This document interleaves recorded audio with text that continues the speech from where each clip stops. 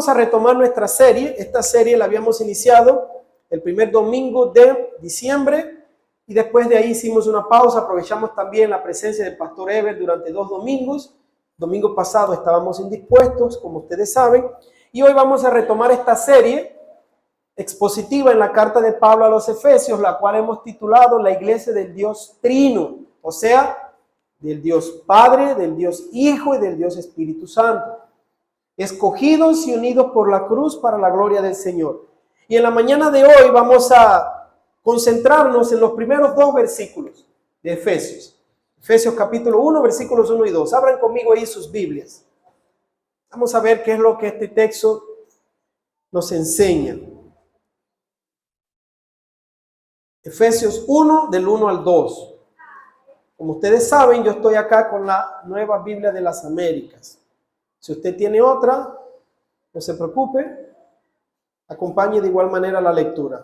Dice así: Pablo, apóstol de Cristo Jesús, por la voluntad de Dios, a los santos que están en Éfeso y que son fieles en Cristo Jesús. Gracia y paz a ustedes de parte de Dios nuestro Padre y del Señor Jesucristo. Hasta aquí la lectura de la palabra de Dios. Mi gente, toda la Escritura nos enseña de una manera muy clara que para aquellos que han sido alcanzados por el Señor, hay un antes y un después de dicho evento. No en vano, en 2 de Corintios, capítulo 5, versículo 17, Pablo dice que si alguno está en Cristo, es una nueva criatura. Las cosas viejas pasaron, he aquí todas fueron hechas nuevas. De manera que toda la Escritura, repito, hace un antes y un después para aquellos que han sido alcanzados por la gracia del Señor y han creído en Jesús. Y es importante que si somos creyentes, nosotros estemos conscientes de esa nueva vida que tenemos en Cristo y por Cristo. No hay nada más terrible para una persona que se denomina creyente que no esté consciente de esa nueva vida que él ya tiene en Cristo Jesús. Y que viva como si Jesús fuera un accesorio en su vida, un llavero, que al final si está bien y si no está, también. De manera que cada creyente debe estar consciente de ese antes y de ese después a partir del momento en el que creyó en el Señor Jesús. Es por eso que en esta introducción a la carta, Pablo, por medio de la mención de su persona como el remitente de la carta y de los efesios como los destinatarios de la carta, él nos recuerda cuál es la naturaleza de la vocación de todo creyente. Y él hace eso, repito, a la luz de la mención de su persona como el remitente de la carta, aquel que la escribió, y de los efesios como aquellos que recibieron la carta originalmente. Y Pablo también, al mismo tiempo, por medio de un saludo que aparentemente es trivial, pero que obviamente no lo es, él trae a nuestra memoria la mayor de las bendiciones que un creyente puede recibir y la fuente de esta mayor bendición. Podemos decir de manera categórica que Pablo nos enseña acá, en primer lugar, que la gracia de Dios es poderosa para transformar incrédulos en enviados de Dios que viven por Él y para Él. Pablo también nos enseña acá que no podemos separar lo que somos de lo que hacemos. En otras palabras, Pablo nos va a enseñar acá que no podemos tener una vida dicotómica, haciendo una dicotomía o una separación entre lo sagrado y lo secular. Como si yo me pusiera una ropa de creyente y en un momento determinado me quitara la ropa de creyente. Y cuando voy a hacer otra cosa me pongo la ropa de creyente y vuelvo y me la quito. Pablo nos enseña acá que no debe ser así. No podemos separar lo que somos de todo lo que hacemos. Y Pablo también busca enseñarnos acá que fuimos alcanzados por la gracia del Señor. Por lo tanto, debemos tener un estilo de vida que nos caracteriza como creyentes y que al mismo tiempo nos distingue de los incrédulos. Y yo espero demostrar eso a la luz de estos 2 versículos en esta introducción a la carta. Veamos entonces, en primer lugar, el remitente de la carta, o sea, quien la escribió, Veamos en segundo lugar los destinatarios de la carta, a quién fue dirigida, y veamos en tercer lugar el saludo de la carta y qué todo eso tiene que ver con la naturaleza de nuestra vocación.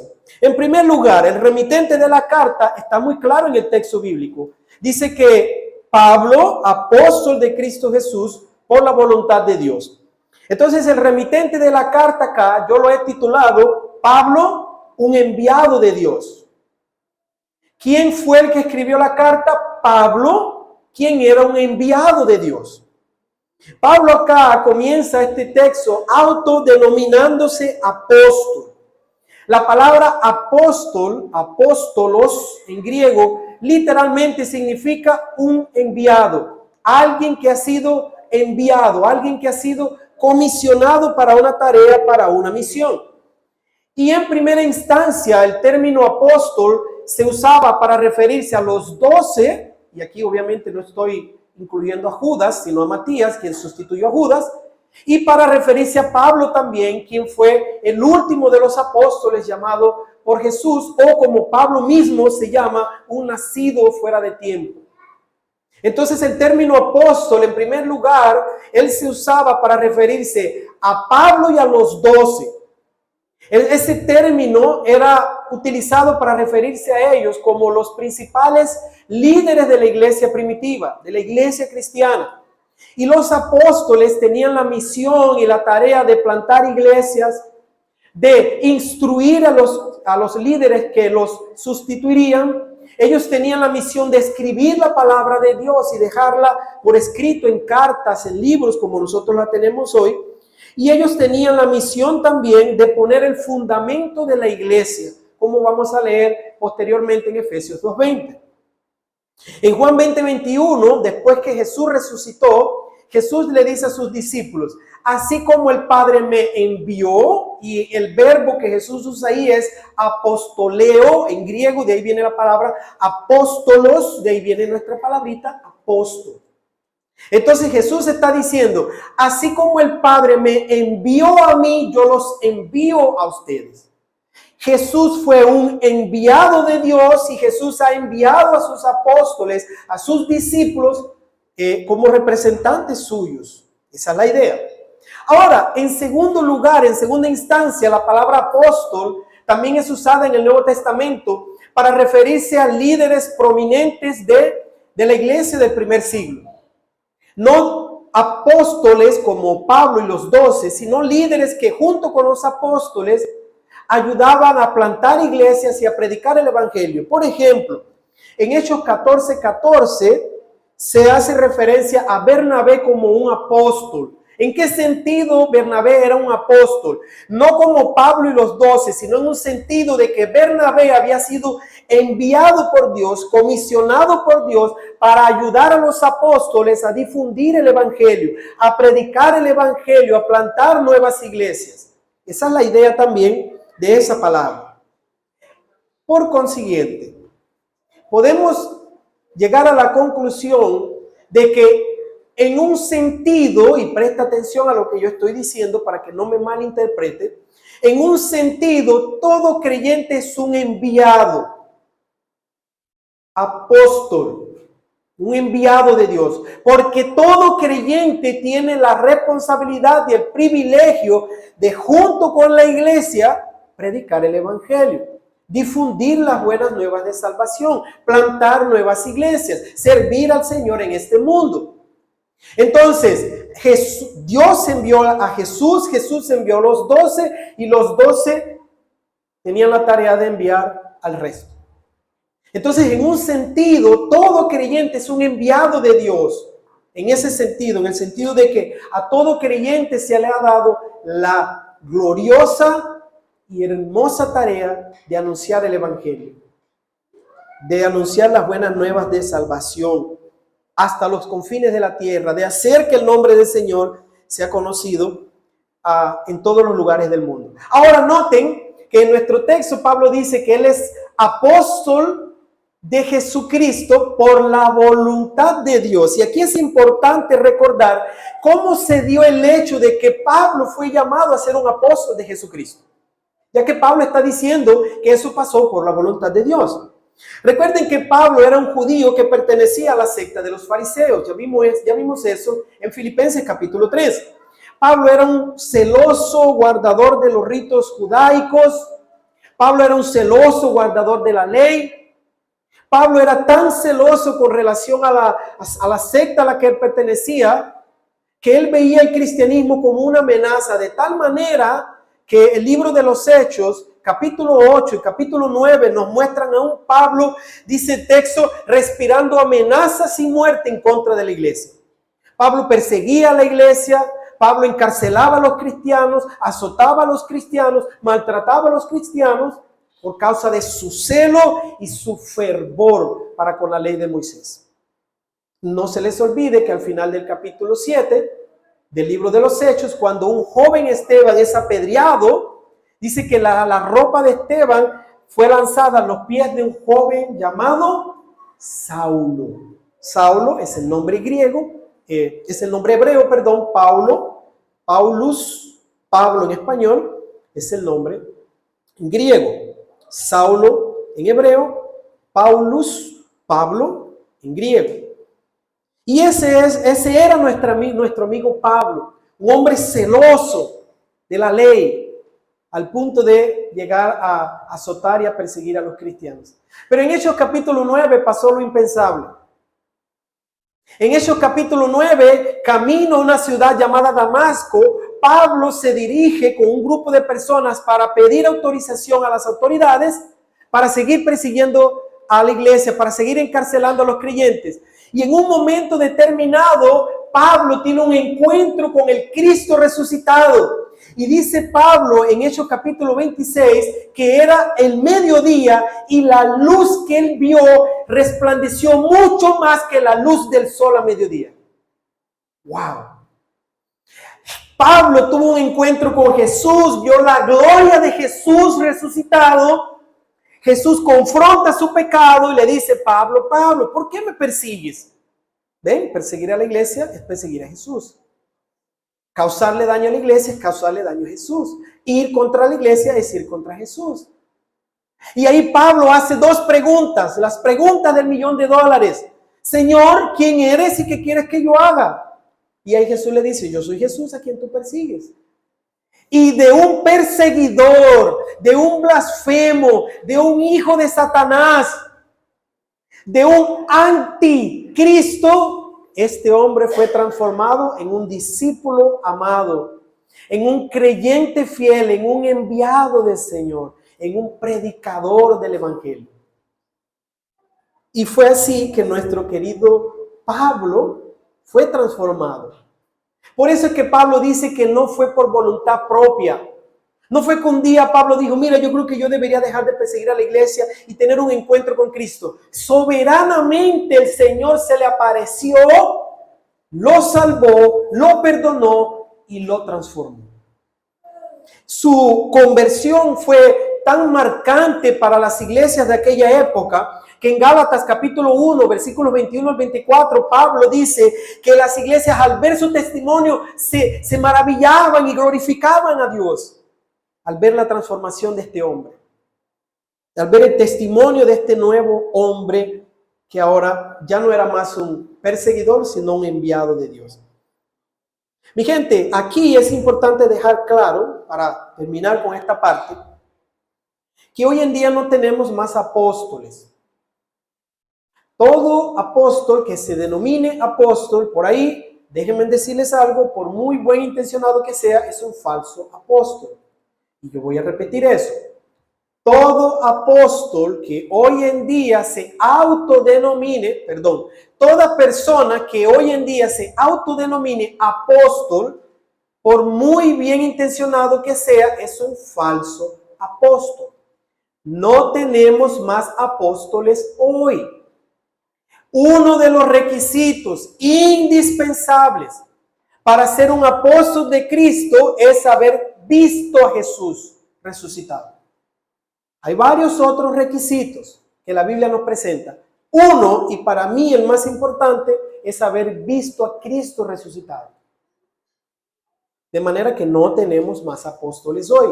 Aparte de que los apóstoles vinieron para poner el fundamento de la iglesia. Efesios 2:20. Pregunta, ¿cuántas veces se pone el fundamento de un edificio? Una sola vez. No necesitamos más apóstoles como Pablo y los 12. Ellos ya cumplieron su función. Ese don cesó, como creo yo y entiendo yo que el Nuevo Testamento nos muestra de manera clara. Y este es el remitente de nuestra carta. Pablo, un enviado de Dios. En segundo lugar, veamos entonces los destinatarios de la carta. ¿Quiénes son los destinatarios?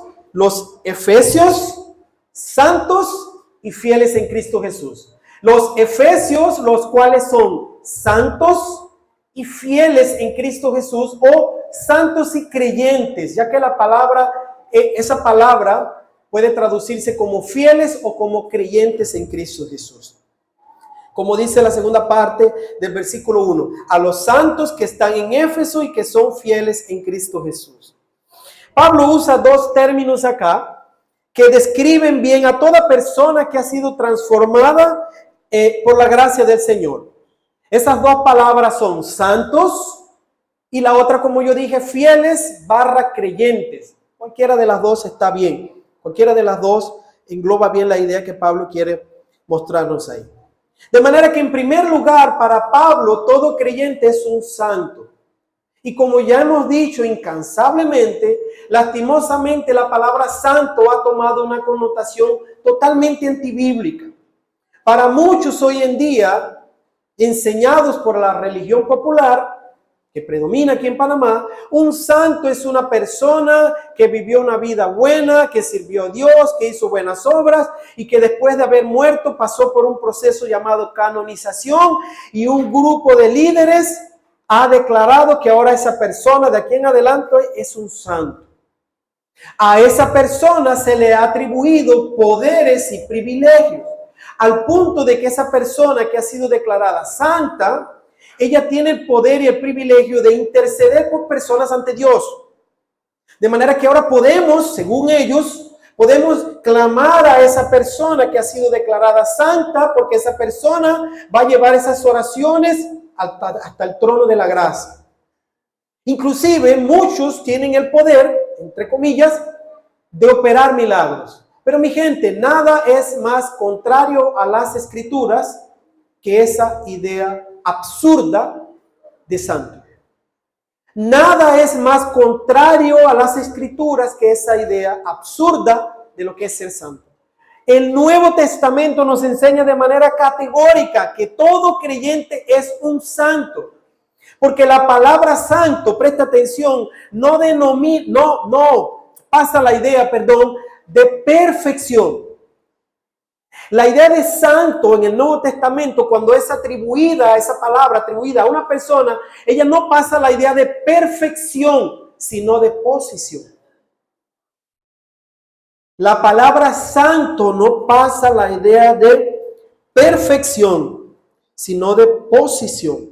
Ahora todo creyente tiene una nueva posición ante Dios. Por eso es que la palabra santo, hagios, en griego, y kadosh en hebreo, significa literalmente separado de Padre. Un santo es alguien que ha sido separado de su vida de pecado para pertenecer a Dios. Ha sido alejado de su vida corrupta para pertenecer a Dios. Eso es lo que la palabra santo significa. Por eso es que Pablo dice acá que todo creyente es un santo en Cristo Jesús. Es un santo en Cristo Jesús, porque ahora, si esa persona ha creído, le pertenece al Señor. Le pertenece al Señor Dios. En segundo lugar, Pablo dice también que todo creyente acá, hablando de los efesios y de todo creyente, es un fiel / creyente. Eso es lo que Pablo dice acá. ¿Qué es lo que él nos quiere enseñar con eso? Él nos quiere enseñar que todo discípulo verdadero no solo cree en Dios. ¿Por qué? ¿Por qué no solo cree en Dios? Porque Santiago capítulo 2 dice que los demonios creen y tiemblan. De manera que no es suficiente con creer en Dios. Eso no te va a salvar. Creer en Dios no es suficiente. Los demonios creen y tiemblan, dice Santiago. Lo que Pablo quiere apelar acá, en primer lugar, es que todo discípulo, él es un creyente porque él ha creído en Jesús para salvación, pero es un creyente también porque él le cree al Señor. Y ese es el aspecto que yo quiero resaltar acá de esta palabra. Él es un creyente no solo porque ha creído en Jesús para salvación, sino porque le cree al Señor Dios. ¿Y qué es lo que eso quiere decir? Quiere decir que para todo creyente, la palabra de Dios es suficiente en materia de fe y en materia de práctica. Para todo creyente que es llamado como tal, creyente, un fiel, él no encuentra otra base para vivir a no ser las Escrituras, porque él le cree a Dios. Todo creyente le cree a Dios cuando Dios dice lo que Dios dice sobre lo que él dice. Cuando Dios dice que mi matrimonio tiene que ser así, él le cree a Dios. Cuando Dios dice que la crianza de mi hijo debe ser así, él le cree a Dios. Cuando Dios dice que mi servicio en el trabajo debe ser así, él le cree a Dios. Cuando Dios dice que mi servicio en la iglesia debe ser así, él le cree a Dios. Cuando Dios dice que el uso de mis finanzas debe ser así, él le cree a Dios. Cuando Dios dice que si alguien me ofendió, yo debo perdonar, él hace así porque él le cree a Dios. Y así podemos poner ejemplo tras ejemplo, tras ejemplo, tras ejemplo, tras ejemplo. En otras palabras, podemos decir que todo creyente entiende la necesidad de consultar las Escrituras para vivir de manera que agrada al Señor. ¿Por qué? Porque él le cree a Dios. ¿Cierto? Pregunta: ¿qué hace usted cuando usted compra un aparato? Vamos a pensar en un electrodoméstico y usted tiene dudas de cómo usarlo. ¿Qué consulta usted? Hoy en día es más fácil porque tenemos YouTube, ChatGPT y todo lo demás. Pero lo ideal sería que nosotros consultáramos ¿qué? El manual. El manual. Pero ahí, este aparato trae dos lucecitas. ¿Qué dice el manual? Bueno, el manual dice que cuando la luz verde está encendida es por esto. Cuando la luz roja está encendida es por aquello. El manual dice también que yo tengo que ponerlo a cargar porque él tiene un sistema diferente. Pero también dice que yo puedo colocarle baterías. Pero también dice que yo puedo ponerlo allá afuera porque tiene un panelcito solar y se recarga con la luz del sol. Yo consulto el manual y yo le creo al manual sobre lo que él dice acerca de ese aparato que yo acabo de comprar. Esto ilustra, en mi opinión, la manera en la que tú y yo deberíamos vivir. Si somos creyentes, deberíamos consultar las Escrituras para saber lo que Dios quiere de nuestras vidas.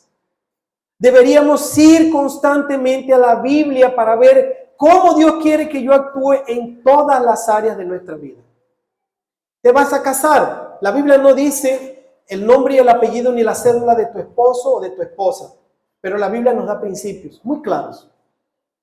Necesitas un trabajo, estás en búsqueda de un trabajo. La Biblia no te da la dirección del lugar donde tú vas a trabajar, pero te da principios para que tú sepas cómo escoger tu siguiente trabajo. Te da principios para que tú sepas qué carrera escoger. Te da principios para que tú sepas cuándo es el momento ideal para tú, en términos humanos, pensar en tener un hijo, o en tener el próximo hijo, o en tener los próximos hijos, o dejar de tener hijos. La Biblia, mis amados amigos y hermanos, es suficiente. Y cuando Pablo dice que los efesios son creyentes y por lo tanto todo discípulo es un creyente, Pablo está diciendo, él es un creyente porque ha creído para salvación y también porque le sigue creyendo al Señor. ¿Y cuál es la prueba contundente de que yo le sigo creyendo al Señor? Yo sigo consultando su palabra. Esa es la idea acá de Pablo.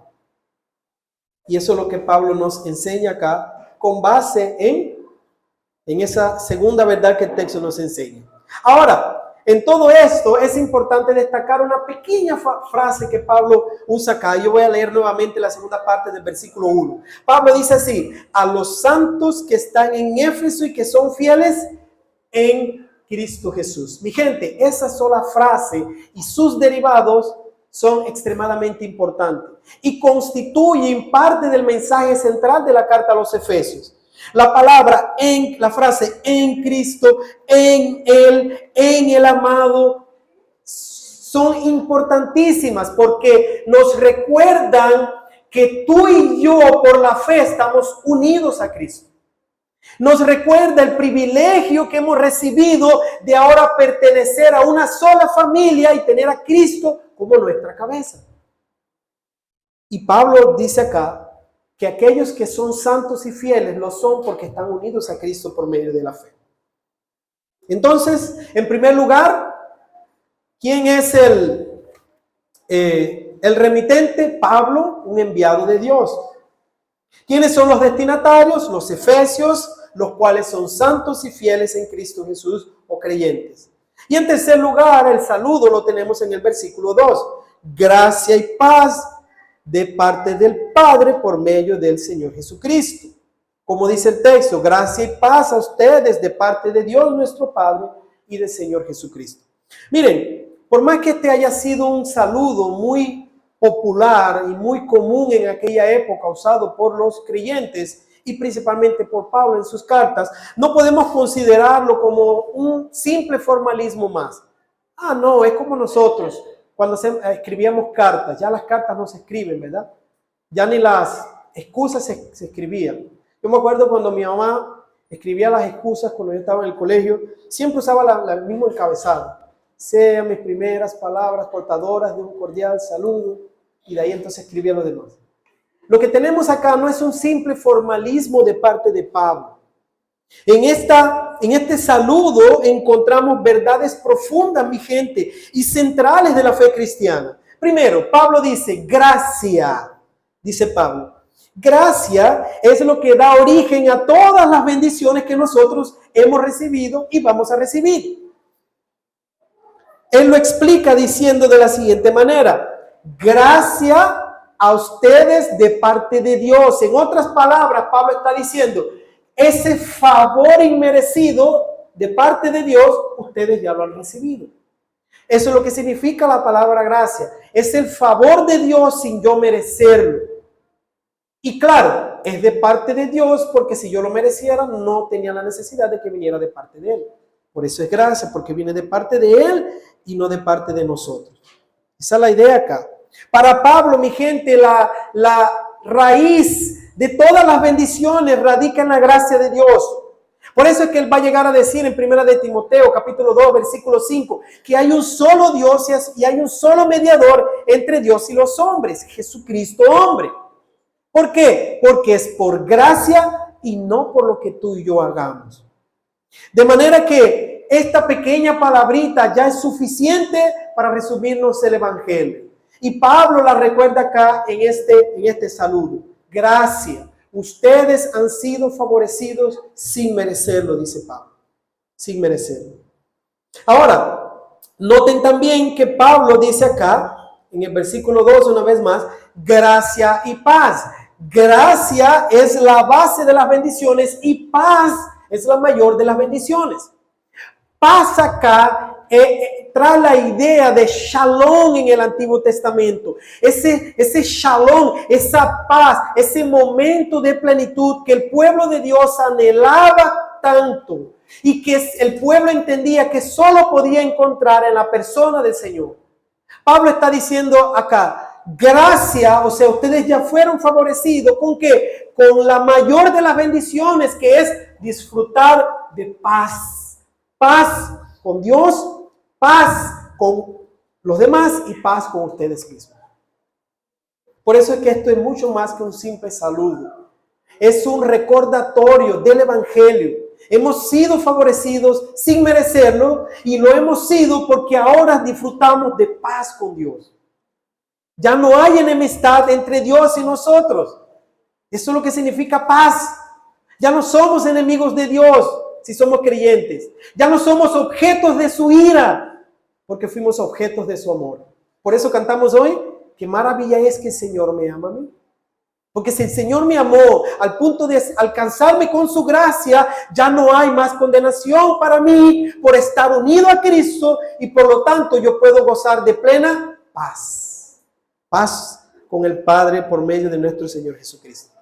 Ahora, hay un detalle muy interesante que Pablo menciona acá y que yo quiero resaltar acá para ustedes. Dice Pablo, Gracia y paz a ustedes de parte de Dios, nuestro Padre. De parte de Dios, nuestro Padre. Miren, lastimosamente hoy en día, de nuevo, por causa de la religión popular que impera aquí en Panamá, muchas personas, inclusive creyentes, defienden la idea de la paternalidad o paternidad universal del Señor. ¿Qué significa eso? En palabras simples, muchos defienden que todos somos hijos de Dios. O sea, Dios es el Padre de todos. Mire, déjeme decirle algo. No todos son hijos de Dios. Juan capítulo 1, versículo 11 dice que Jesús vino a los suyos, vino a su propio pueblo, vino a los judíos, vino a los israelitas. A los suyos vino y los suyos no lo recibieron. Pero ¿qué dice el versículo 12? Mas a todos cuantos lo recibieron, se les dio la potestad de ser llamados hijos de Dios. Y en el mismo evangelio de Juan, en el capítulo 5 y en el capítulo 8, Jesús va a condenar a un grupo de incrédulos y les va a decir que ellos eran hijos de su padre el diablo. Y Pablo va a llegar a decir en Efesios capítulo 2, del versículo 1 al 3, que todo incrédulo es hijo del príncipe de la potestad del aire. En otras palabras, todo incrédulo es hijo del diablo. Esa es una verdad dura, pero es una verdad. Dios no es padre de todos, Dios es padre del que cree. Si tú no has creído, tú no eres hijo de Dios. Ahora, si tú has creído, tú has recibido la mayor de las bendiciones de llamar al Señor de Padre, de llamar a Dios de papá, de tener una mano protectora y paterna que te ama y te guía en todo momento. Recuerda, por gracia, no porque tú lo mereces, ni porque yo lo merezca, sino por gracia. De manera que en esta introducción a la carta nosotros vemos ¿quién fue el remitente? Pablo, un enviado de Dios. ¿Quiénes fueron los destinatarios? Los efesios, los cuales son santos y fieles o santos y creyentes. Y vimos el saludo también, gracia, el favor no merecido, y el resultado, paz, por el simple hecho de que el Señor nos ha amado y ha decidido hechos sus hijos por medio de la fe en Jesús. Yo quisiera terminar con por lo menos 3 aplicaciones, la costumbre de estar cambiando esto aquí. Quiero entrenarlos para que no se les olvide cómo se presta atención a un sermón sin la necesidad de mirar allá. Quiero traer por lo menos 3 aplicaciones prácticas y terminar con esto para que nos llevemos esas lecciones a nuestra casa.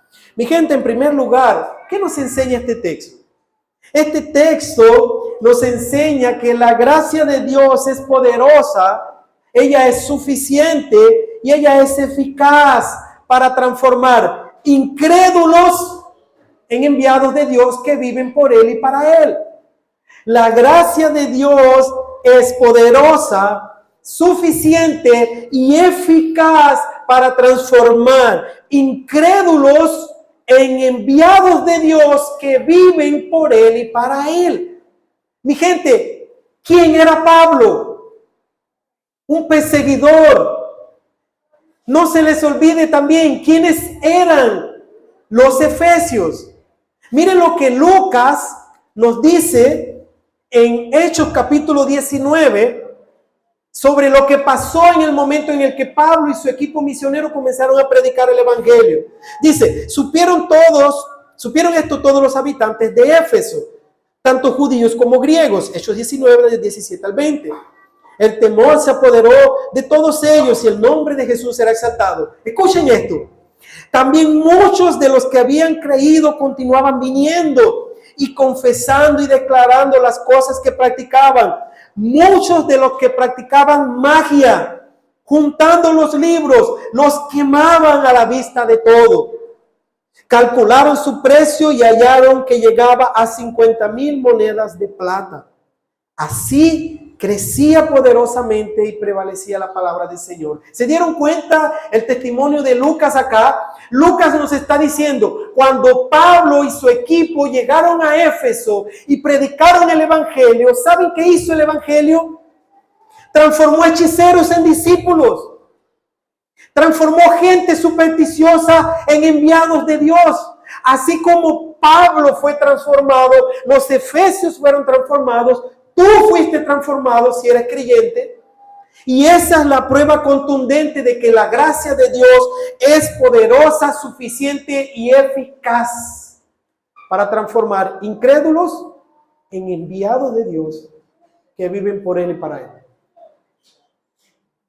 Esa es la prueba contundente. En segundo lugar, este texto nos enseña de manera práctica que como creyentes no podemos separar, como yo decía al inicio, lo que somos de lo que hacemos. Mi gente querida, cristianismo no se trata de domingo por la mañana. Y por más que eso se haya dicho, yo tengo un temor en mi corazón de que tal vez muchos no lo hayan entendido. Cristianismo es una vida, no un momento. Como dice John Piper, Jesús no es un programa de domingo, de fin de semana. Si tú eres creyente, tú no puedes separar lo que tú eres, tu nueva vocación, un santo, un fiel, un creyente de lo que tú haces. No podemos dicotomizar nuestra vida. Cuando yo estoy en mi trabajo, eso es secular. Cuando yo estoy aquí, eso es cristiano. Cuando yo estoy en el pequeño grupo, me guardo de hablar mal, me guardo de pecar, pero cuando yo salgo de ahí, living la vida loca. Eso es vivir una vida dicotómica. Eso es dicotomía, eso es separar la vida. La vida cristiana es una sola. Y tú lo eres en el silencio de tu cuarto, en el trabajo donde Dios te ha puesto, en el supermercado donde haces tus compras frecuentemente, y aquí también lo eres. Es muy fácil aquí, ¿cierto? Aquí nos vemos poco, aquí tratamos poco, lo difícil es allá afuera. Pero Pablo nos está diciendo acá, recuerden que todo creyente es un santo y un creyente, un santo y un fiel. No hay dicotomía, no hay vida secular y vida sagrada, eso no existe, mi gente. Eso es una mentira del diablo que muchos se han tragado. No existe la dicotomía, no existe vida secular y sagrada. ¿Qué dice Pablo en Romanos 12? Les ruego, pues, por las misericordias de Dios, que presenten sus vidas como un sacrificio vivo y santo, agradable a Dios, que es la manera racional en la que nosotros le rendimos culto al Señor Dios. Y Pablo nos recuerda eso. Por lo tanto, mi gente, nuestro día a día tiene que funcionar pensando en que Dios me ha rescatado, ahora yo soy un enviado y por lo tanto yo tengo una misión que cumplir. Yo tengo una misión que cumplir. Miren cómo lo explica Pablo en 2 Corintios 5, a partir del versículo 14. Pues el amor de Cristo nos apremia o nos impulsa, habiendo llegado a esta conclusión, que uno murió por todos y por consiguiente todos murieron.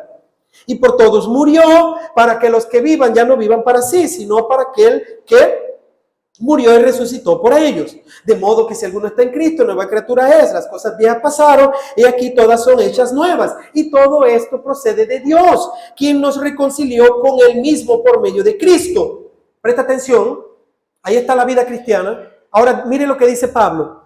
Y nos dio el ministerio de la reconciliación, es decir, que Dios estaba en Cristo reconciliando el mundo con Él mismo, no tomando en cuenta a los hombres sus transgresiones, y nos ha encomendado a nosotros la palabra de la reconciliación.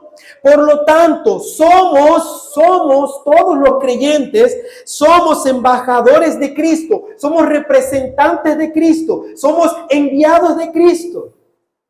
Dice Pablo, como si Dios rogara por medio de nosotros. Nosotros les rogamos al mundo, reconcíliense con Dios.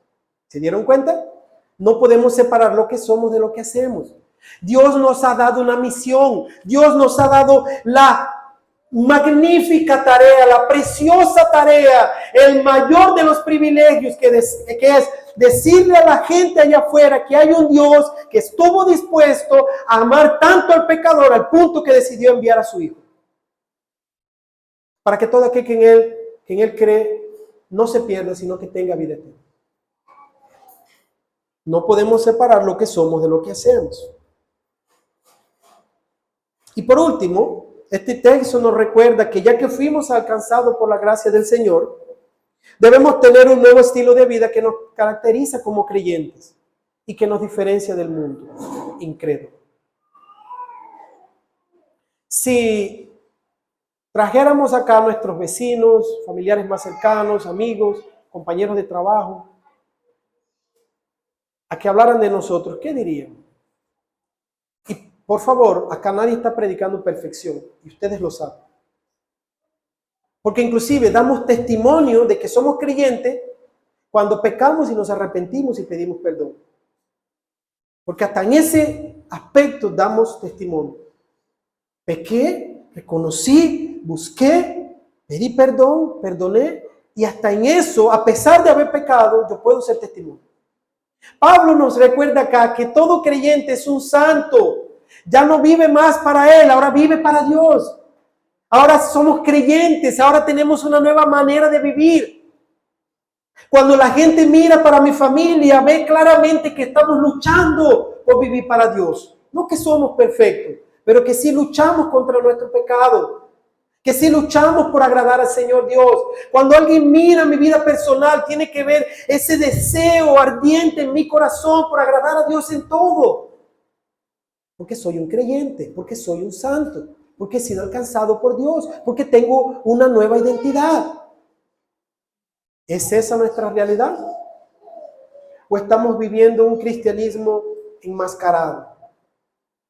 ¿O estamos viviendo un cristianismo falso? Miren, mi gente, esto es muy serio. Y creo que yo no logro expresar la seriedad y la profundidad de este asunto. Pero es muy serio. Es mucho más serio de lo que yo puedo presentar. Es mucho más serio de lo que yo puedo presentar. Si tu fe no te ha transformado, tu fe tampoco te ha salvado. Si tu fe no te ha transformado, tu fe no te ha salvado.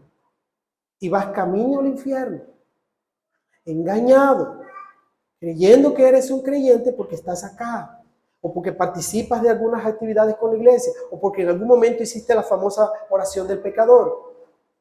Si en tu día a día no hay una transformación, mi exhortación hoy para ti es que creas y te arrepientas.